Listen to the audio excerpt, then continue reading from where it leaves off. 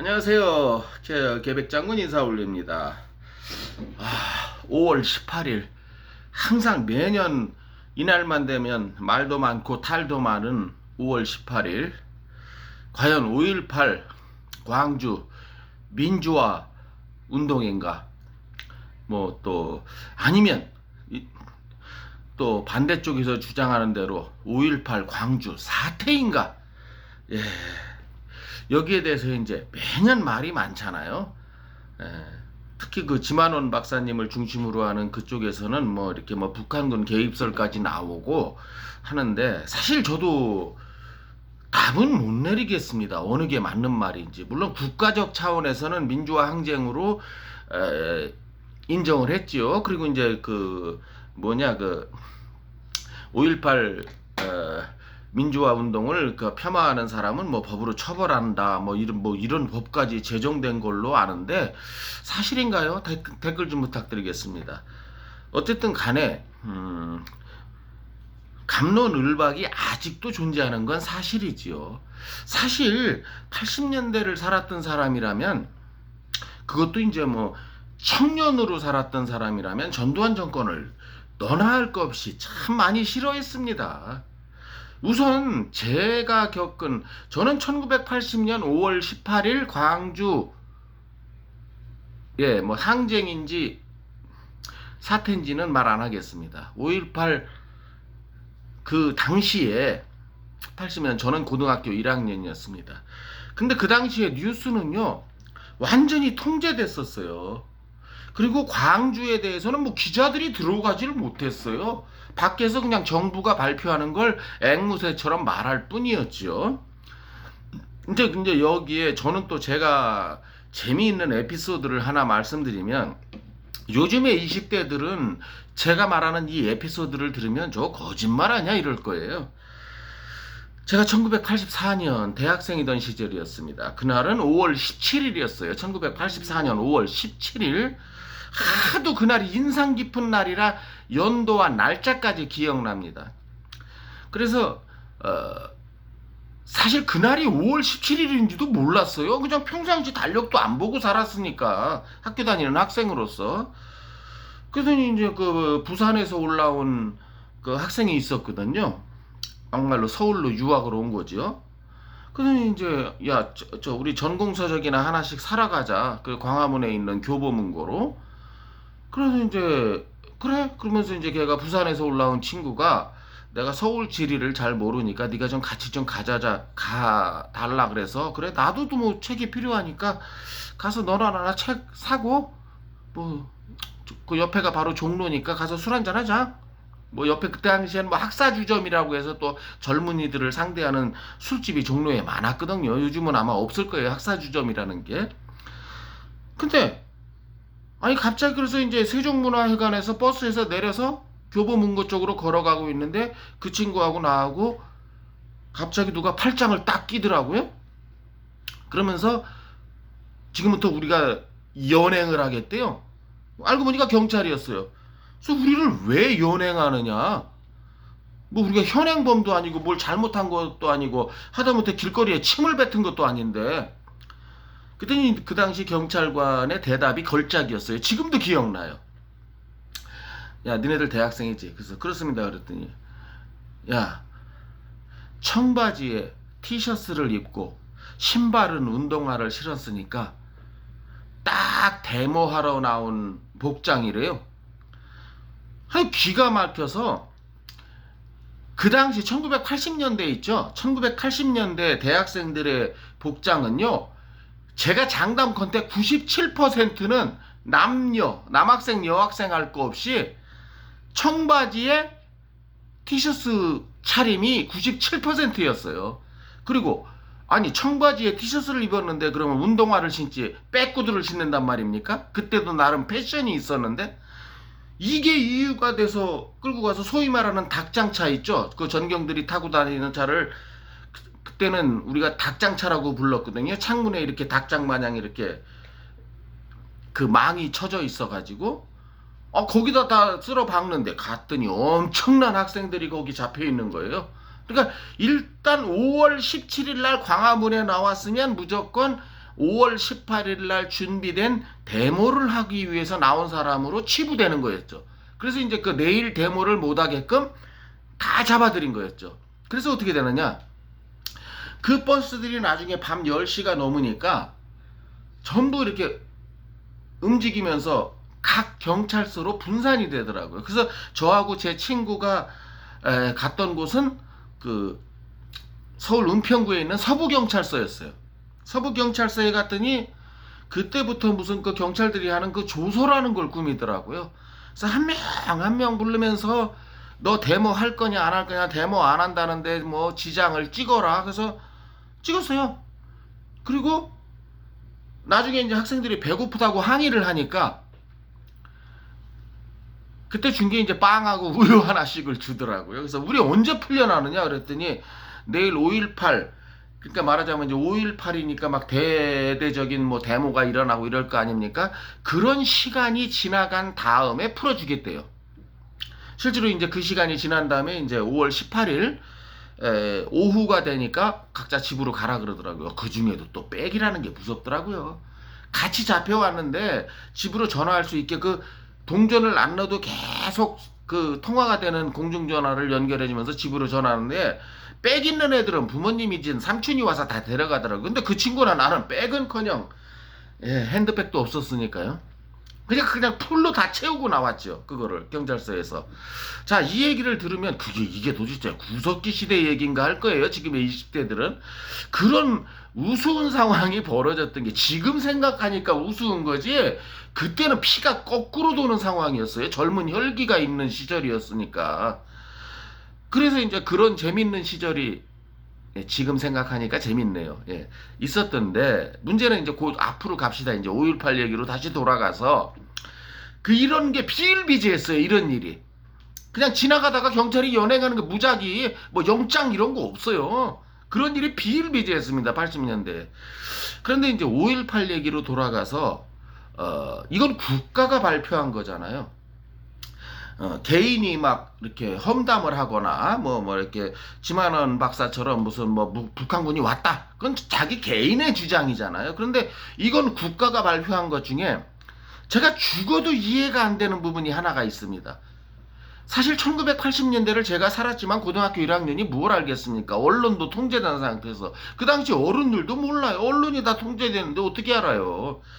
그 시대를 살았다고, 지금 시대를 살고 있다고 해서 20대 여러분, 30대 여러분, 당신들은 지금 시대를 다 압니까? 문재인의 속내를 속속들이 아느냐고요? 나중에 밝혀지는 거지요. 마찬가지입니다. 그 시대를 살았던 우리들로서도, 기성세대로서도.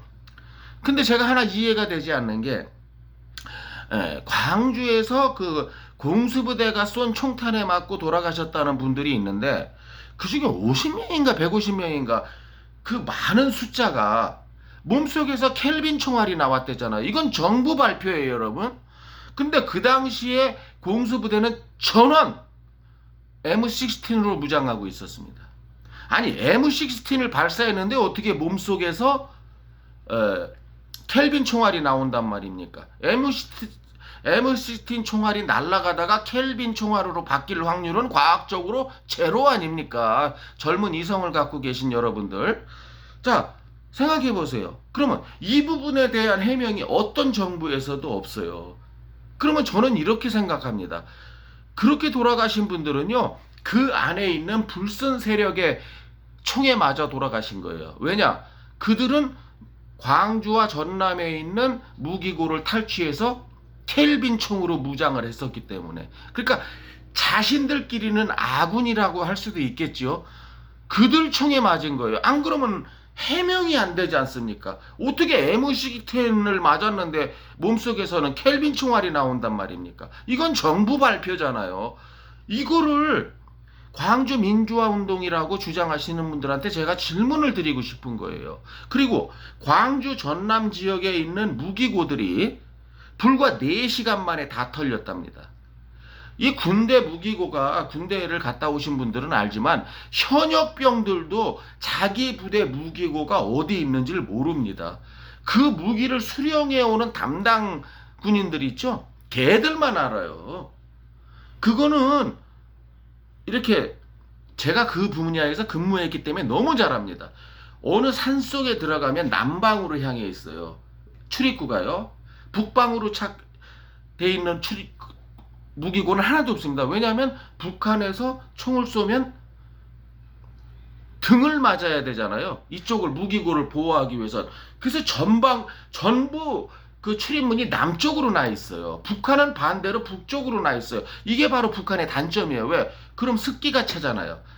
한국은 남쪽에서 비춰지니까 햇빛이 들어가니까 평상시에 문을 열어놓으면 습기가 안 차는 이제 이런 지리적인 여건이 있는데 그거 현역병들도 몰라요.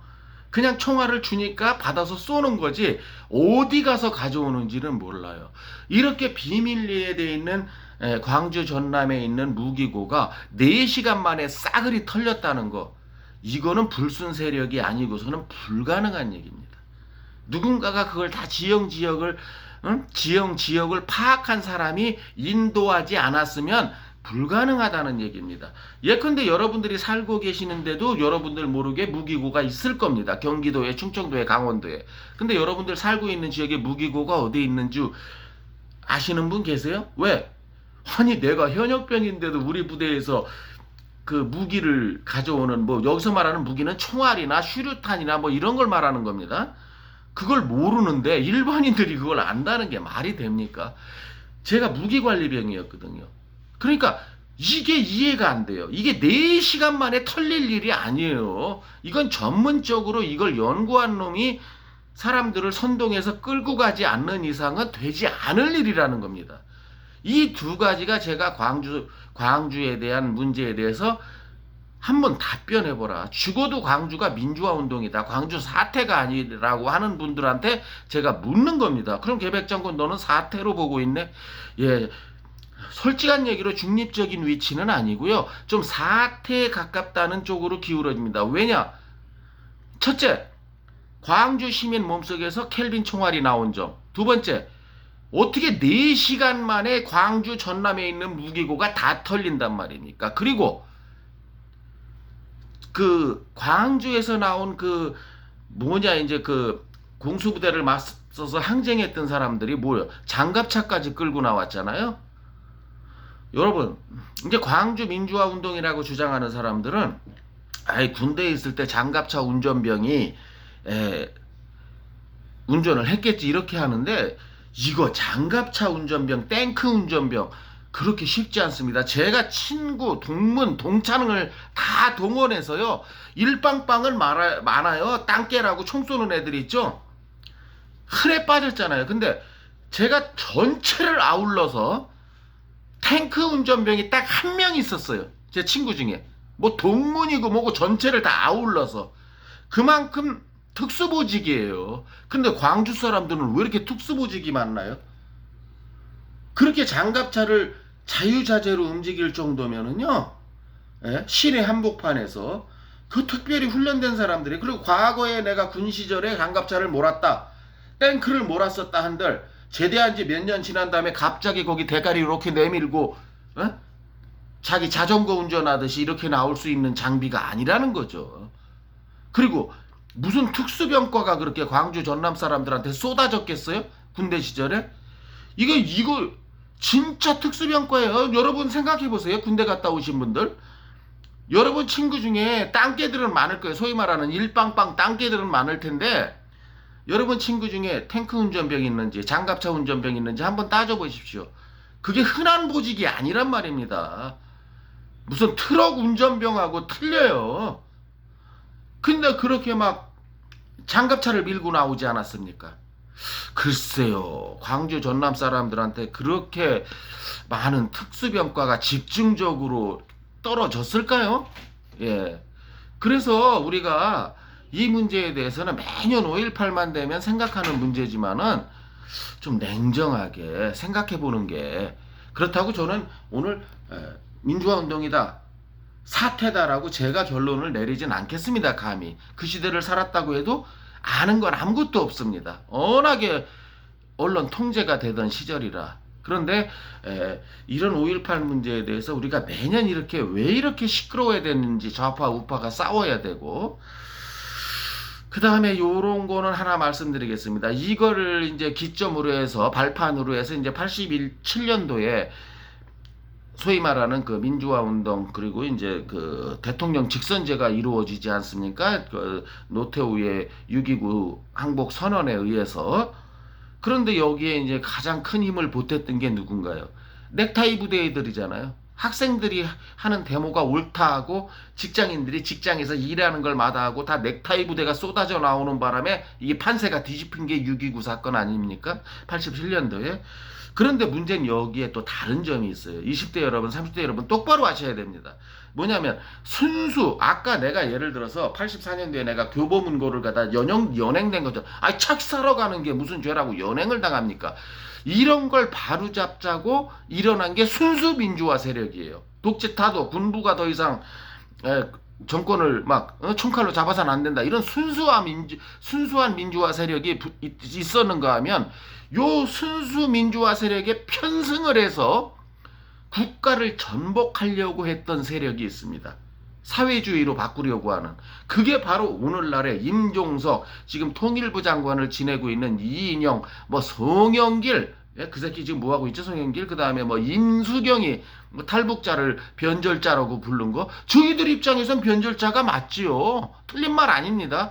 근데 그 사람들이 자유를 찾아서 온 거지 어떻게 변절자입니까?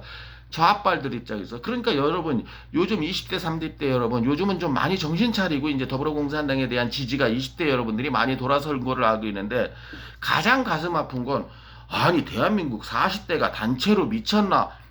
아주 요지부동의 철옹성 더불어공산당 지지 세력이더라고요. 예.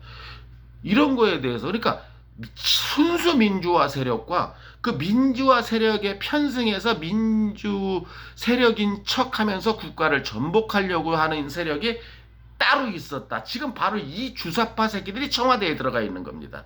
이거는 여러분들 분명히 확실히 알고 여러분들이 생각을 똑바로 해야 됩니다. 제가 장난고 뭐 이름을 다 나열할 수 없는 뭐 신영복이라는 그 빨갱이 새끼 있었잖아요. 교수라는 놈. 그쪽 라인을 타는 놈들. 뭐 이인영이, 임종석이, 임수경이, 뭐 황선이, 신은미, 뭐 이거 이쪽 세력은요 민주화 세력이 아닙니다. 분명히 하셔야 됩니다. 민주화 세력에 편승해서 국가를 전복하려고 했던 세력이 지금 청와대를 장악하고 있으니 내년 대통령 선거에서 반드시 바뀌어야 되겠죠. 정권이. 올바른 대한민국으로 돌아와야 되겠죠. 또 웃기는 말씀 드릴까요? 아니, 임수경 인연이 그렇게 뭐 김일성이 평양에 쫓아가서 아버지라고, 김일성 가슴에 아버지라고 부르면서 가슴에 안겼던 년이 왜 유학은 미국으로 온단 말입니까? 그렇게 반미 운동했던 년이. 그리고 임종석이 지 새끼는, 그렇게 반미 운동한 새끼가 왜 지 새끼는 미국으로 유학을 보냈단 말입니까? 소련이나 중국으로 안 보내고. 여러분들 그들의 이중성을 이렇게 간단히 알 수 있는 겁니다. 예, 그래서 오늘 5.18을 맞이해서 하여간 제가 5.18에 대한 제 경험담과 그냥 생각을 잠깐 두서없이 말씀드렸는데, 하여간 분명한 것은 진짜 민주화 세력과 민주화 세력에 편승을 해서 국가를 전복할 세력은 여러분들이 똑바로 알아야 된다. 그리고 5.18이 민주화 운동인지 사태인지 여기에 대해서는 아직도 좀 미지수다. 딱히 말할 수가 없다. 왜? 어떻게 공수부대 총을 맞았는데 몸속에서 켈빈 총알이 나온단 말입니까? 여기에 대한 의문이 풀리지 않는 한 이거는 딱히 한쪽으로 말할 수 없다. 오늘 제 계백장군의 생각이었습니다. 동의하셨다면 구독과 좋아요 부탁드리고요. 또 이런 불행한 사태는 다시는 대한민국에서 생기면 안 되겠죠. 오늘 영상 마치도록 하겠습니다. 감사합니다.